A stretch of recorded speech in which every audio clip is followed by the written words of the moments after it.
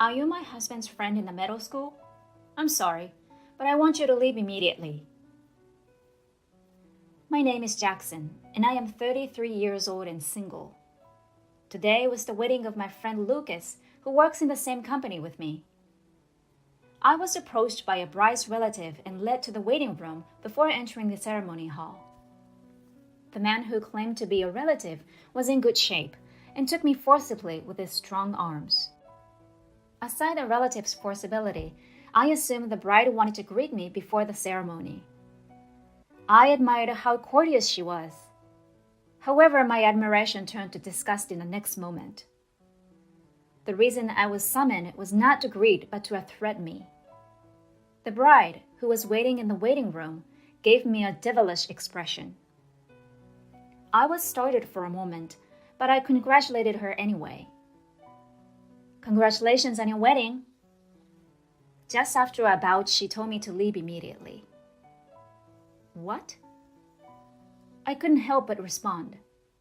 The bride's response to my question was tedious. This is why uneducated people are so bothersome. With a click of her tongue, I could hear what she was muttering. It seems the bride hates the fact that I only have a high school diploma. She stated, "You don't seem to understand, so I'll say it clearly.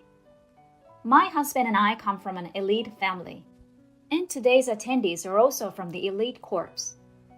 It makes me unpleasant to see a middle school graduate among us." I was aware of it. They said my academic background was embarrassing. Of course, I know that Lucas is an elite. And I also know how people feel against me who value the academic credentials. I was well aware of that in my life. But I still went to Lucas's wedding because it was just friendship. All I wanted to do was celebrate my friend's marriage. It's not good that the bride, who is the main guest, despised me so much. I asked if I could say a few words of congratulations to Lucas before leaving. The bride and her relatives exchanged glances and blew up at the same time. It's too much for me. I asked them why they were laughing, though I was serious. The bride said something I never expected to hear. She stated, "My husband invited you to the wedding not for friendship, but for compassion." The bride continued regardless of my confusion. About my troubled past.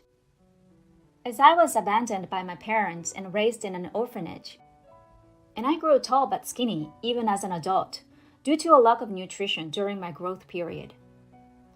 Lucas and I went to the same school.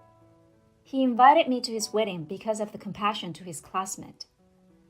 Compassion to my situation that I couldn't eat enough even now. The bride assumed he was attempting to feed me at the wedding. I argued that this was impossible, but the bride and her family paid no attention. She said, "My husband's compassion could raise his value." But I can't bear. A person who only graduated from junior high is attending my wedding. Lucas graduated from a prestigious university and joined a large corporation with annual sales in excess of $100 billion. You claim to work for the same company as my husband, but you work as a janitor or security guard. And you think he'll feel sorry for you just because you're classmates? It's outrageous. We both work for the same company. Our company has only recently gone public, but it is a promising one. It's also a popular place to work, ranking first among job seekers. The company's policy is to hire as many talented people as possible, so if you are deemed necessary for the company, you can join it regardless of your academic background. However, no matter how large the company, I am aware that there is a gap between a junior high school graduate and a college graduate. But regardless of whatever reason he had to invite me, I wanted to congratulate Lucas. I'm not expecting anything in return. Regardless of how much I express my true feelings and plead my case, the bride does not even attempt to understand me. She is always looking at me coldly, as if she is looking at something dirty. She was holding her mouth shut, as if she was trying not to breathe the same air as me. She lightly trampled on my passionately expressed friendship thoughts. Would you cut off from my husband and from the job as you graduated from junior high school? She would not only refuse to let me celebrate their marriage, but she would also cut me off at work. I was stuck for a word. No matter how much the company accepts a junior high school graduate, I refuse to accept it, and I refuse to have anything to do with my husband. A male relative grabs my breasts. Hey, please don't be so harsh. I tried to grab his arm and shake him off, but he shoved me against the wall. I felt a dull pain in my back and lungs and gave a low growl. If you understood, just leave. The door to the waiting room opened before the relative could finish its sentence. I was thrown out with a mighty thud, hitting the floor with all my might. Still, I couldn't leave like this without congratulating Lucas.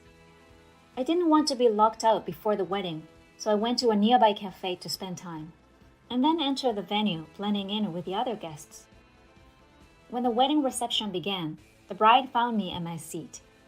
She fixed her piercing gaze on me.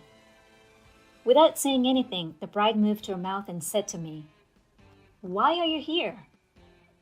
By the bride's expression, the relative man noticed me.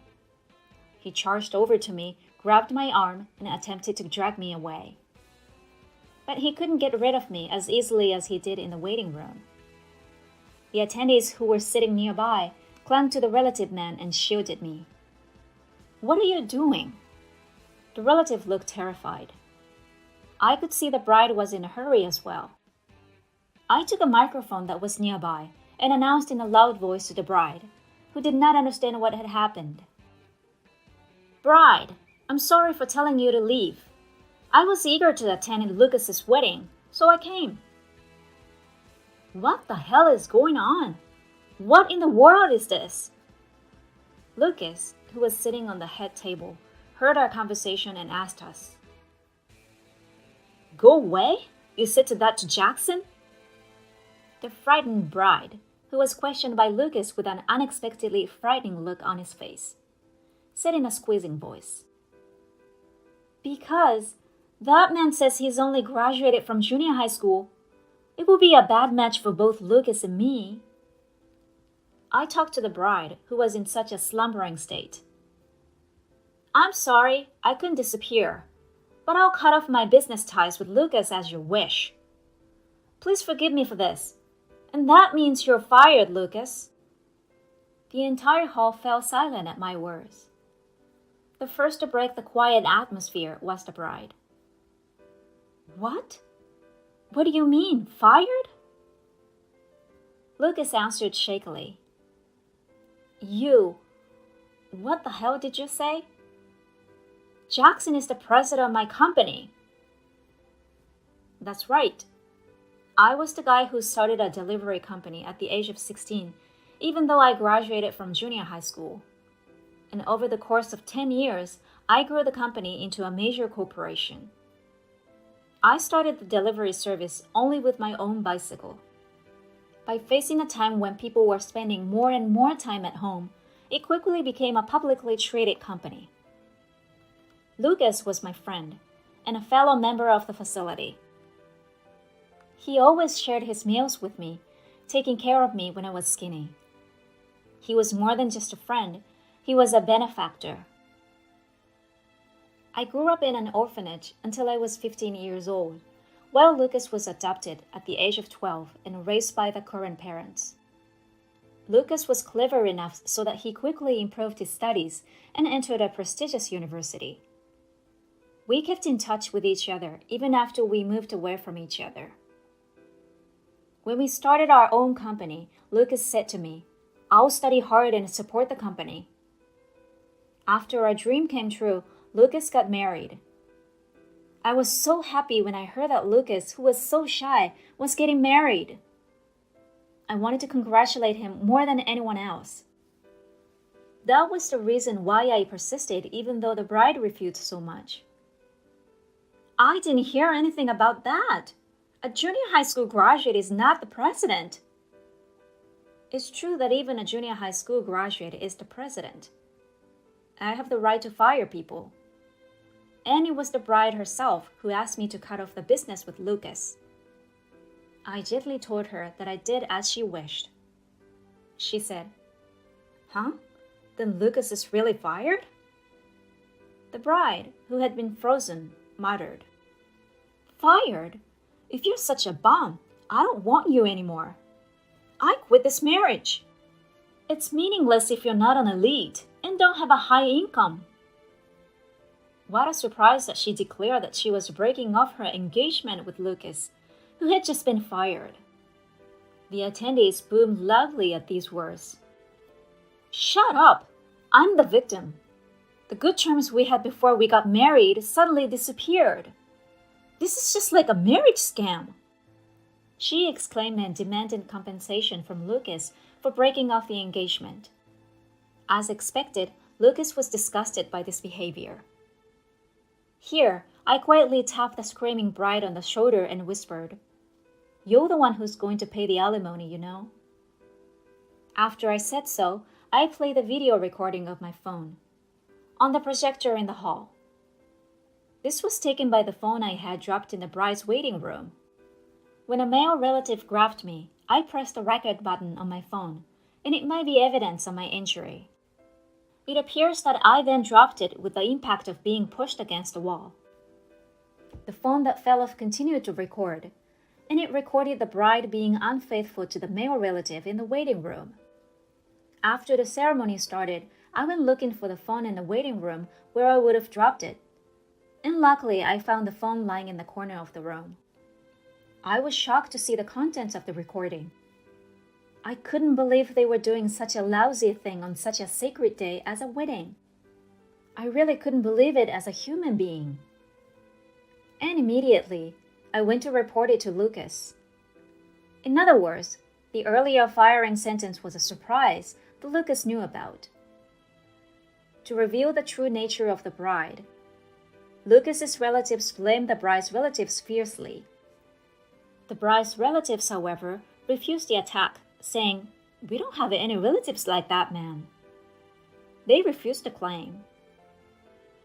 Later, it turned out that the man who was with the bride was just an adulterer. He had a nice face and was a great guy to hang out with, but he was a pimp who didn't even work. The bride, who wanted to live a celebrity life as a member of a well-educated family while having a boyfriend, set her sights on Lucas, who was gentle and reserved, and strongly asked him to marry her. She really was a trashy woman. Lucas, who studied all the time and had little experience in love. Lucas was kind and trusted people easily. In the end, I'm glad that I could see through his bride's evil ways because I was a high school graduate. I never thought my education would come in handy this way. The evil scum bride then had to pay $5 million in wedding reimbursement and $3 million for breaking off the engagement, for a total of $8 million in debt. Of course, she was insulated from her relatives, as she was humiliated, and her adulterous partner, who was frightened by the amount of debt, ran away. She fell into a life of living alone in a shabby apartment, working day and night, desperately trying to pay off her debts. Thanks to the appearance of the scum woman, the friendship between Lucas and I deepened, and the company grew rapidly and steadily. For Lucas, who has always had a strong desire to get married, I think I would join a matchmaking party with him next time.